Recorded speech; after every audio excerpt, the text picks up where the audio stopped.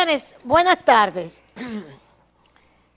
Nosotros habíamos hablado esta mañanita, porque ustedes saben que yo tengo un pluriempleo, como quien dice, y comenzamos a trabajar a las 5:30 de la mañana en el primer programa, como ustedes saben, hace tantos años, digo, los que me dan seguimiento, en Telesistema. Y esta mañana decía yo en Telesistema, que esta mañanita, en tempranito con Consuelo, que esta tarde la íbamos a dedicar aquí, a este tema, el G20.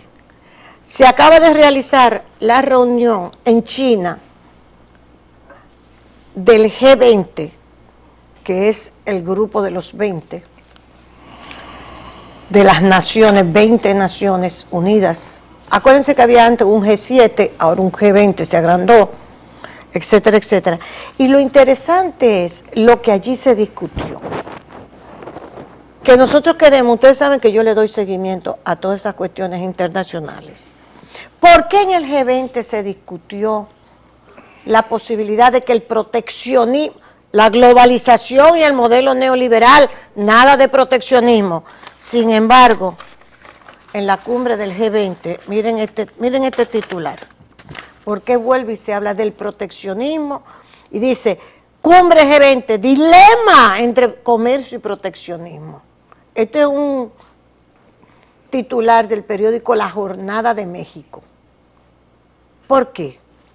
¿Por qué la señora Lagarde del Fondo Monetario Internacional dice que el crecimiento es, eso lo dijo ella ya en su discurso, que el crecimiento del 2016 va a ser muy decepcionante?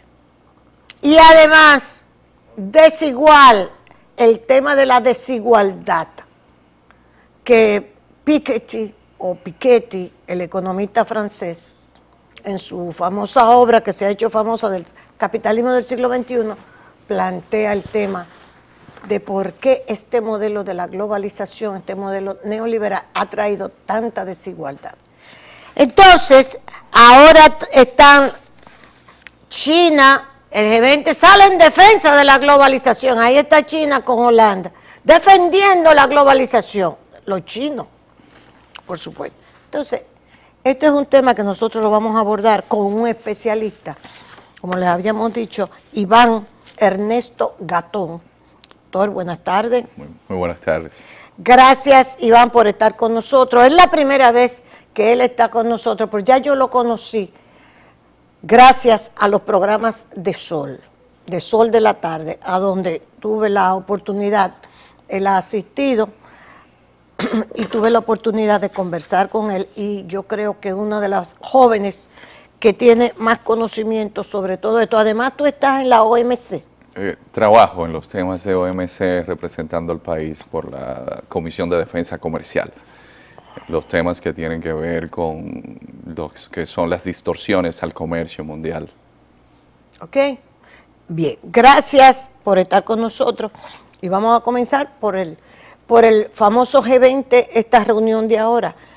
¿Qué es lo que ha sucedido? Que se están tratando los temas de el proteccionismo, que qué pasa, que si la desigualdad, que no crecimiento, todos estos temas. ¿Qué es lo que está pasando? El grupo primero era más pequeño, sí. Eso es para contextualizarlo en lo que es la geopolítica. Sí. Un grupo que era G7, que luego G8 y ahora es G20, es una demostración de que existe un multipolarismo en la política internacional. Ya esos esquemas anteriores donde Occidente plantea un comercio donde nosotros, metrópolis, simplemente te compramos materias primas, sí, y tenemos a todo el mundo a nuestro alrededor, los chinos que inteligentemente, Deng Xiaoping, sí, cuando se da cuenta, porque es un hombre que vivió en Francia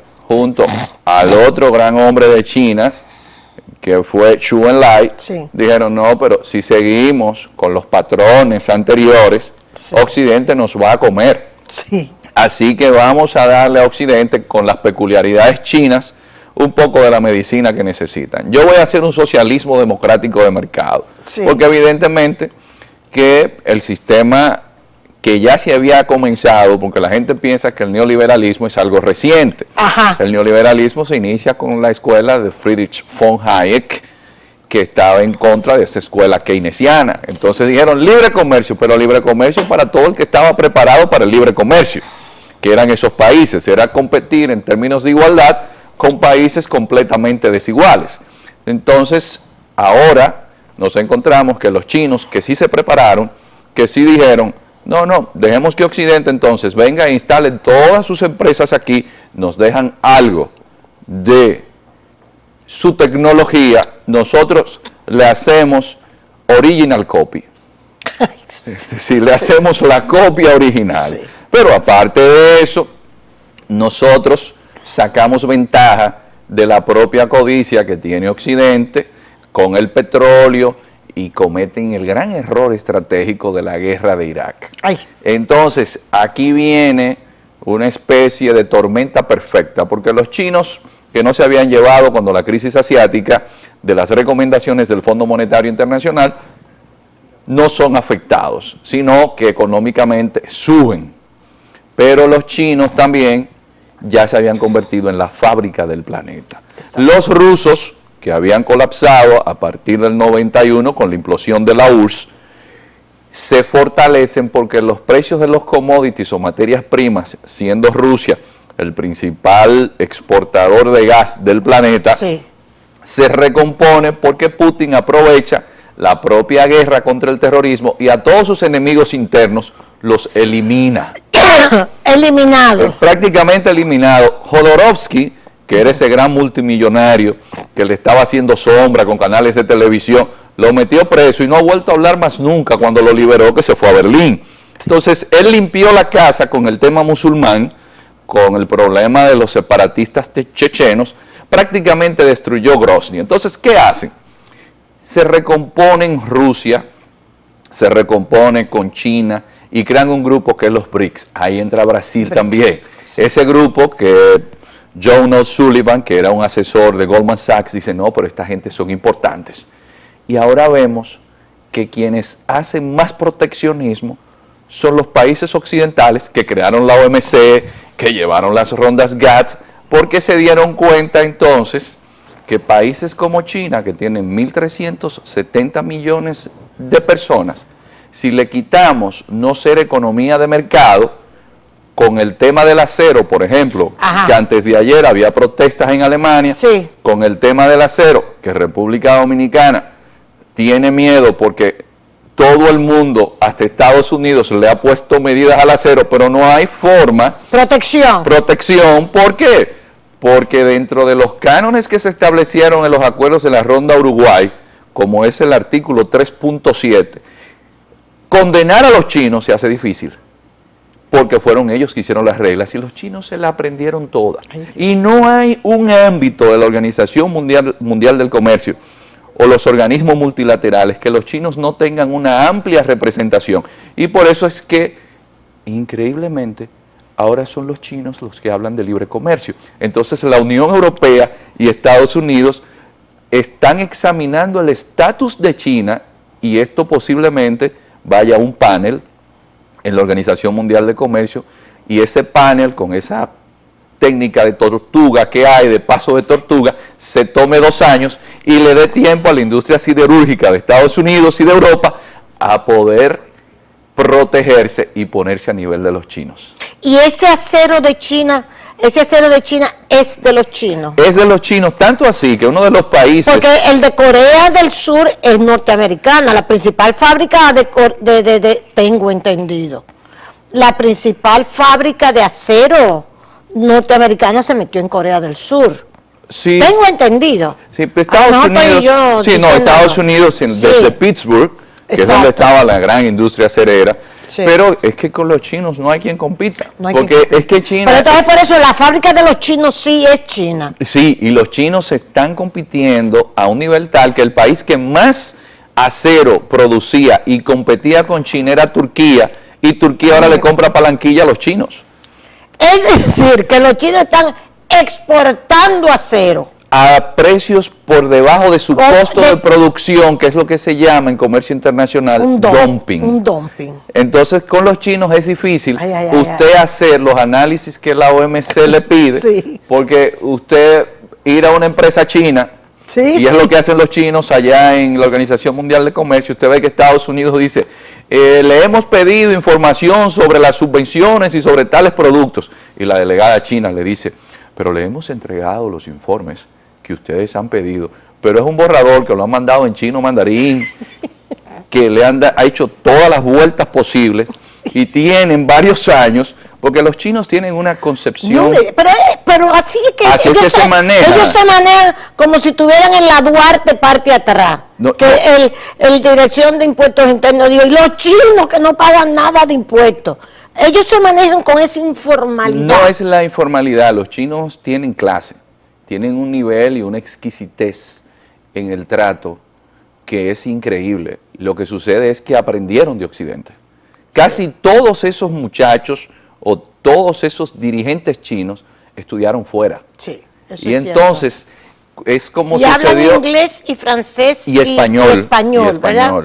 Todos. Todos, es decir, hay una élite china. Sí. Cuando estamos hablando de China, estamos hablando de China popular. Pero atención, que los taiwaneses del Kuomintang y los de China popular andan juntos por el tema del comercio. Cuando llega ahora Tsai Ing-wen, que es del Partido Democrático Progresista, el PDP, que es un partido nacionalista, los chinos en Taiwán le dijeron a la doctora Tsai, si usted se mueve mucho, le vamos a hacer varias restricciones. Y ya le avisaron, mire, le vamos a reducir la cantidad de turistas, porque Taiwán se nutre de casi 4 millones de turistas de China popular. Pero Taiwán participa en la Organización Mundial de Comercio como Taipei chino, con permiso de Beijing. Taiwán participa en la Organización Mundial de la Salud como Taipei chino. O sea, como una provincia china. No necesariamente, porque aquí viene la complejidad del mundo chino. Sí, porque es que ellos tienen algo que se llama el Consenso de 1992. Es decir, que tanto Taiwán como Beijing reconocen que hay una sola China. Sí, exacto. Pero esto, por eso publicamos un libro la semana pasada, que está en venta en las librerías, donde explicamos por qué se dan estas peculiaridades. Lo importante es ver que los chinos han llevado a cabo una política comercial que hace que ahora todo el mundo diga, pero el principal promotor del libre comercio mundial es China. ¿Por qué? Porque China tiene de todo para vender, pero además tiene las vías de comercialización. Y los chinos tienen algo que la gente pasa por alto, pero que es fundamental. En el planeta completo hay chinos en todo el mundo. Y hay algo que en chino se llama Guanshu, que es el nivel de vinculación. Y todos los chinos alrededor del planeta se vinculan comercialmente con la China continental. Y China tiene 45 millones de personas alrededor del planeta. Y desde el Cairo, Egipto, para la celebración del Ramadán, andan los chinos vendiendo en las calles, hasta Pedernales que usted se encuentra un picapollo chino. Es decir, no hay una forma que usted no vea a China en el planeta, y aquí es lo que Samuel Huntington, del Choque de Civilizaciones, le llamó poderosamente a la atención, que una alta ejecutiva de Microsoft renuncia siendo de Connecticut, pero cuando él la ve, dice, pero esta mujer tiene ascendencia china. Y le preguntan que por qué ha renunciado. Y ella dice, no, es que yo, aunque tenga ciudadanía estadounidense, sigo siendo china. Y entonces de ahí es que el Instituto Olin de Estudios Estratégicos de la Universidad de Harvard mandó a hacer un trabajo que se tituló Los Nuevos Mandarines Chinos. Y los chinos tienen vocación imperial. Sí. Entonces ellos lo que sí tienen guardado en contra de Occidente es que le hicieron una guerra ominosa que se llamó la Guerra del Opio. Y le llamaron, 2 guerras, la del opio 2 veces. 2 veces, pero además estuvo la Guerra de los Taiping contra Hong Xiuquan en el 1861, donde murieron más de 20 millones de personas, que es algo desconocido en Occidente, Sí. es donde más personas han muerto después de la Segunda Guerra Mundial. Ni en la Primera ¿Y Guerra por qué Mundial. la del opio? Incluso tengo un libro fabuloso sobre la guerra del opio. O sea, China quería, Gran Bretaña quería pagarle a China con opio. Bueno, ahí estaba involucrado hasta el papá de Rabindranath Tagore, que era de los que mandaba opio allá a China, porque ellos no tenían con qué llevar la balanza comercial deficitaria a un superávit, pero los chinos le vendían té, les vendían jade, les vendían porcelana, le vendían seda, y los chinos eran los más desarrollados del planeta. Es así. Hasta el siglo XIX. O sea que el opio que llegó a China viene de la India, de los británicos en la India, y obligar a los chinos a entrar el opio en su... a seguir con el opio ya. Pero lo que hace Mao... la gente cree que es al revés, que China exportaba el opio y fue que se lo llevaron. No, es que los chinos, como una política imperial, se les llevó el vicio de las drogas. Por eso es que Mao Zedong luego a los chinos dijo, o se me salen del vicio o los elimino, porque tenían 50 millones de adictos al chino. Cuando la revolución china renuncia al opio, cuando la revolución china triunfa, que Chiang Kai-shek se va a la isla de Formosa, en China había 50 millones de adictos y una sociedad llena de gente adicta a las drogas. Parece mentira, pero se parece algo a lo actual con las drogas. Han dañado el mundo entero con las drogas.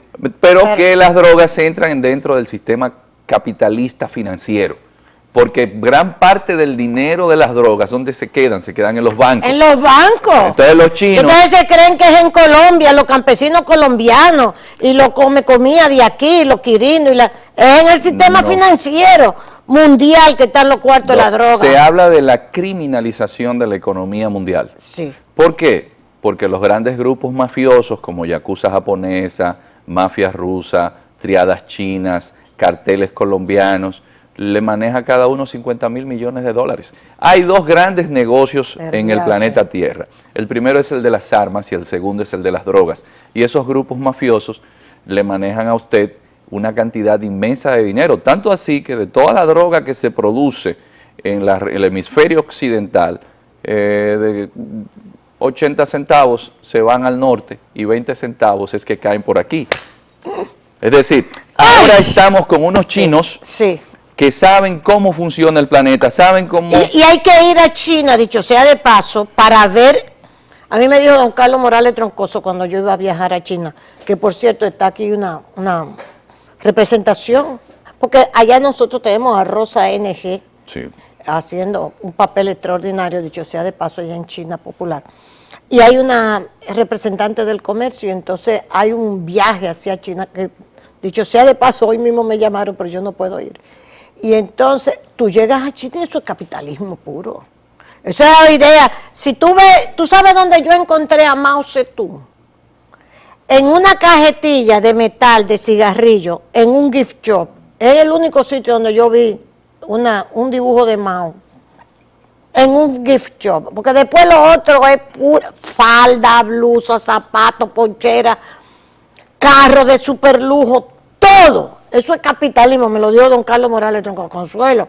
Eso es capitalismo, eso no es comunismo. No, entonces ahí es que nosotros debemos entender el por qué se celebra la reunión del G20 en China. Y no solamente China quiere que se elimine el proteccionismo, sí que se abra a esa globalización que tanto hablaron, la globalización, pero era la globalización neoliberal, con todos los que habían sido elementos del consenso de Washington. Entonces, los chinos... Pero entonces, los chinos aceptan una parte, pero no aceptan el consenso de Washington. Las privatizaciones, esto, lo otro, ¿cómo se manejan ellos? Porque los chinos saben que a final del camino, quien tiene la responsabilidad social es el Estado. Así es. Entonces, ellos no son soquetes. No, porque quien tiene la responsabilidad social es el Estado. Y entonces, las élites que gobiernan deben saber que es a ellos que les van a exigir. Entonces, casi todos los empresarios, de ahí la queja del canal de Nicaragua, y es que hay un empresario chino, pero ¿qué dicen los americanos? ¿Y le vamos a creer que es un empresario chino? los empresarios chinos son toda gente del Partido Comunista. Es decir, Exacto. es una élite Sí. que conoce el rol del empresario como parte del tinglado político. Sí. Entonces, Iván, lo siguiente, esa preocupación por el proteccionismo, ya yo lo entiendo, que sea China y entonces declaraciones, Hollande, yo no sé qué, este no pega una, el señor Hollande, el de Francia, digo yo, no sé, pero me parece que no ha sido exitoso en su gobierno. Es que lo que pasa es que los partidos políticos, y es lo que le ha dado paso entonces a ese populismo de la ultraderecha, que vemos ahí en Pomerania, como la ultraderecha dejó abajo a la gente socialdemócrata de Merkel, y es que se han desideologizado.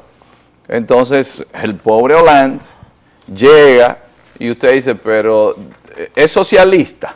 Porque uno no sabe de qué son. ¿De qué es? ¿Qué son? Exacto. Entonces, ese es el problema. Y eso le pasa al PSOE, hablando ya, yendo un poco al PSOE, el PSOE, eso es al margen de lo que estamos conversando, pero estoy extrañada de la actitud de Sánchez. Lo que pasa es que casi todos los partidos políticos en una estrategia que se diseñó fueron minados por esa corriente neoliberal que entró a los partidos y comenzó y los fagocitó. Sí, es y usted dice, pero ven acá, ¿dónde están las ideologías de los partidos políticos? Exacto. No aparecen. No aparecen. Ya es una cuestión pragmática y se acabó, nada de ideología. Pero fíjese lo que dice Lagarde. Lagarde dice, pero oiga, no hay crecimiento y va a seguir existiendo más desigualdad. El problema ha estado allí, en que evidentemente las políticas económicas, está bien que crezcamos un 2%,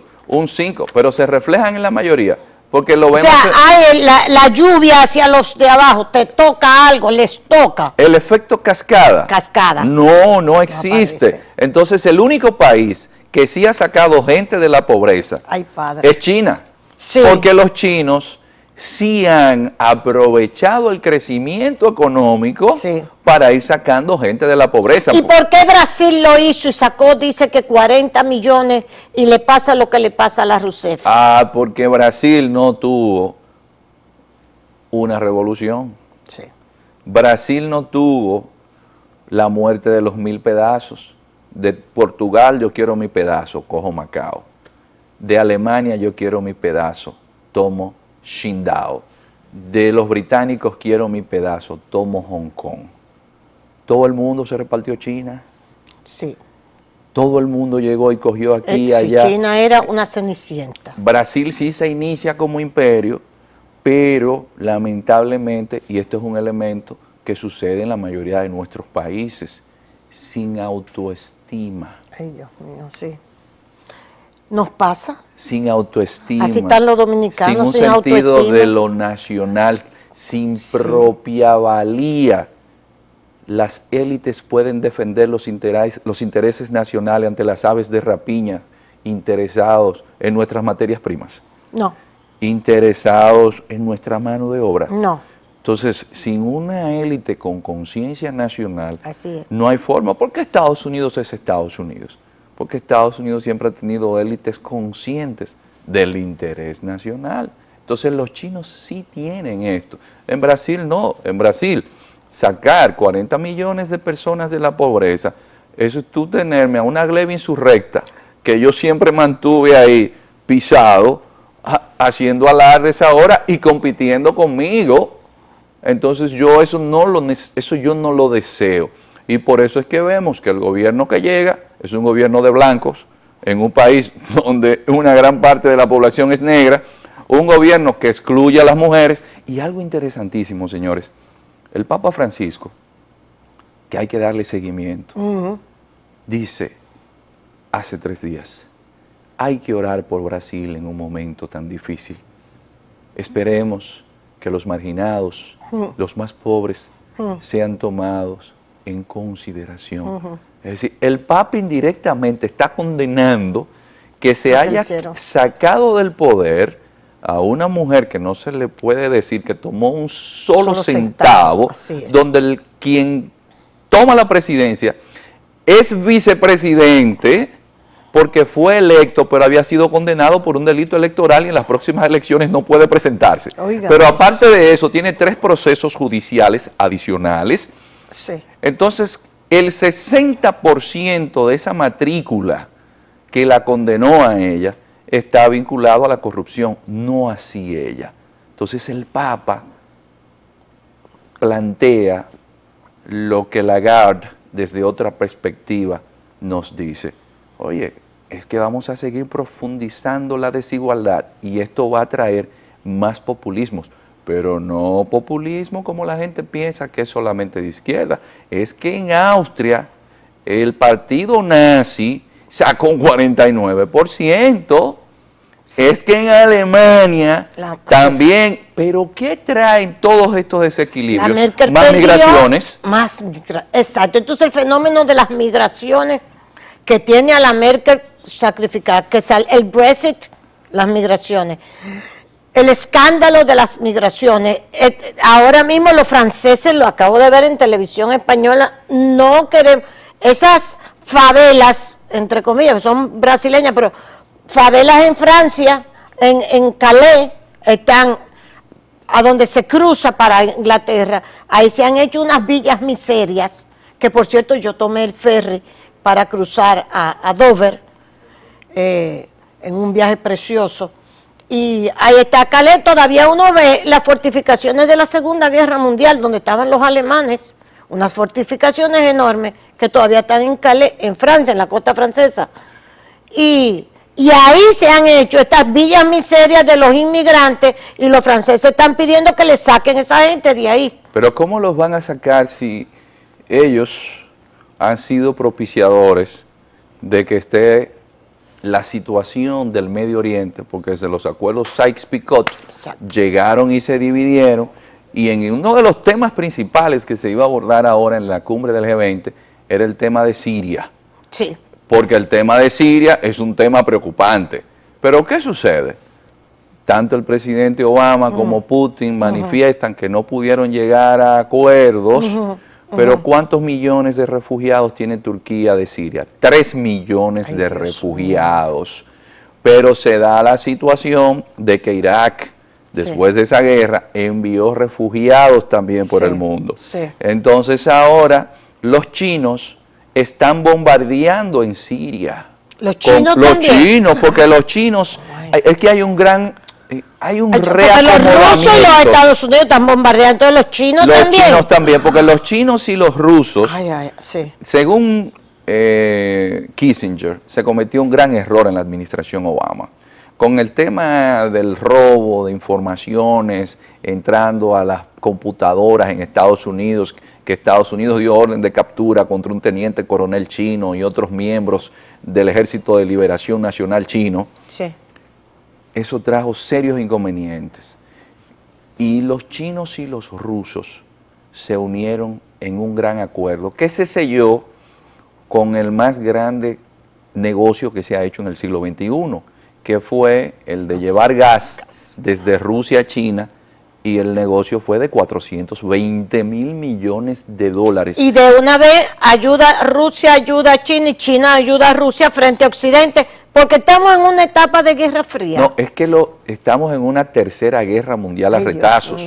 ¿Qué pasa? Los iraníes se alían entonces ¿a quién? A los rusos y a los chinos. Entonces los chinos están bombardeando desde una base militar iraní. Porque el gobierno de Bashar al-Assad es importante, porque la salida costera para las grandes multinacionales del gas y del petróleo que va a salir del Caspio, que es un lago que tiene más de 600.000 kilómetros cuadrados, es más fácil que salgan por allá, por Siria, a que den la vuelta por otro lado, ya sea por Turquía. Entonces, lo que están haciendo los chinos y los rusos es asegurando su ruta. Y por eso es que Bashar al-Assad se ha mantenido. Entonces, el mundo está ahora mismo en una situación de que antiguas potencias ven mermado su poder. Nuevas potencias surgen y se alían. Y entonces lo que están es cada uno esto es lo mío, aquello es lo tuyo. Entonces, evidentemente que el tema sirio viene a traer una ¿Y Estados preocupación. Unidos, qué papel juega Estados Unidos en los bombardeos? Ellos hablan del ISIS, pero el ISIS casi es una creación de toda esa invasión de Irak y todo esto. Bueno, el ISIS tuvo financiamiento de Arabia Saudita, evidentemente. Exacto. Lo que pasa es que la ecuación no se pensó muy bien de que se iba a crear un Frankenstein. Nadie Exacto. pensó que esta gente se iban a ampliar tanto. Estados Unidos ha tenido una política muy errónea porque Obama hereda entonces la política de Bush. Y Bush desguaza a Irak sin tomar en consideración que la mayoría era chiita y que los chiitas se iban a ir con Irán. Entonces, al momento de llegar Nuri al-Maliki al gobierno, ¿qué hizo? La Hasa, o el Vaticano chií duodecimano, está en coma en Irán. Entonces, es Irán quien baja las líneas políticas. Entonces, Estados Unidos no tuvo un plan post caída Saddam. Y entonces, ¿a dónde Kissinger, para terminar esta idea, a Obama le dice, que tú dices que le critica? Le critica acremente que no haya tenido con los chinos un mejor manejo. Incluso Kissinger publicó un libro. Que Kissinger y Nixon, hay que acordarse de Nixon, hasta de Nixon, son los que tienen esta visión de China. Los que entran a China nuevamente con la diplomacia del ping-pong. Sí, señor. Ajá, sí. Con la diplomacia del ping-pong. Son ellos los que deciden dejar a Taiwán fuera del Consejo de Seguridad en el 1972 y darle paso entonces a China Popular. Pero Kissinger no solamente critica esa movida en el tablero mundial, porque esto es geopolítica. Geopolítica. Y fue también el derrocamiento del gobierno de Ucrania. Ah, sí. Porque Kissinger critica haber perdido entonces la estabilidad en un país como Ucrania, que es para Rusia fundamental. Sí. Porque Rusia, la Rusia primigenia, es de Kiev, Sí. es de Novgorod. Entonces los que llegan al gobierno lo primero que hacen es se prohíbe hablar ruso. Y los judíos que estaban allí, como eran nazistas, los que llegan al gobierno, los judíos que están allí, el gran rabino de Ucrania dice, vámonos todos porque esta gente son nazis y nos van a eliminar. Y crearon una situación que es un pandemonio. Entonces parece que Rusia se mete en la península y dice, de Crimea, de aquí no me saca nadie. No, dijeron, no, si tomamos en cuenta, porque hubo errores. Si ustedes llegaron a Yugoslavia y desguazaron y crearon en un territorio histórico importante para los serbios como era Kosovo, un país tomando los principios de autodeterminación de los pueblos, que es una doctrina wilsoniana de los 14 puntos del Pacto de Versalles, los rusos dijeron, pero eso igualito lo hacemos aquí en Crimea. Por eso es que el presidente Obama dice, no, Kosovo y Crimea son dos cosas distintas. Y entonces dicen desde Rusia, Sergei Lavrov, el canciller, dice, pero eso es doble rasero, porque si se usó de una forma en un país que se use de otra. Entonces los españoles que tienen el problema catalán nunca apoyaron Kosovo, porque los españoles sí tienen el problema de los nacionalismos como el vasco, como el catalán. Entonces abrieron una caja de Pandora. Ese ha sido el gran problema. Bien, entonces en la cumbre del G20, tú, Iván, tenemos una situación internacional muy compleja. Yo creo que hacía tiempo, o sea, se ha venido deteriorando todo. Estas primaveras árabes, ¿en qué han quedado todos estos países desestabilizados todos? Porque se decía, pero antes tenían una dictadura y ahora tienen democracias. ¿Eso es cierto? Lo que pasa es que las democracias, si la gente lo olvida, se fundamentan sobre todo en la igualdad. Entonces no puede ser posible que las democracias sean para servir a unas élites. Entonces ahí viene el problema de esas democracias y por eso se pone en cuestionamiento las democracias y la gente dice, bueno, bajo una dictadura hay un plan, bajo una dictadura vemos más crecimiento económico porque lo de China es una dictadura. Una dictadura. Una dictadura del Partido Comunista Chino. Del Partido Comunista Chino, hay que ir y ver aquello. Pero la gente lo que le preocupa siempre es el tema económico. Es decir, usted está pagando impuestos para que un grupito sea el que se beneficie, usted dice, no, pero yo prefiero una dictadura, Sí. Porque esto que llamamos democracia realmente no está siendo efectivo. Que por eso Barómetro Latinoamericano acaba de sacar la última encuesta y dice que en los países latinoamericanos la democracia y la lucha por la democracia y la democracia como un valor ha perdido adeptos. Sí, pero que si usted tiene, y eso es lógico, si usted tiene un sistema que no le da seguridad a futuro, que si se le enfermó un familiar, no hay manera de que usted pueda llevarlo a curar, de que usted, la educación que tiene no es de calidad. Sí. Y eso está pasando en el mundo entero. Es decir, si usted tiene una élite política que no tiene una visión común de destino, que no son estadistas, que son especie de adolescentes en los gobiernos. Sí. Entonces, usted dice, pero no, yo prefiero un régimen fuerte. Eso es lo que está identificado.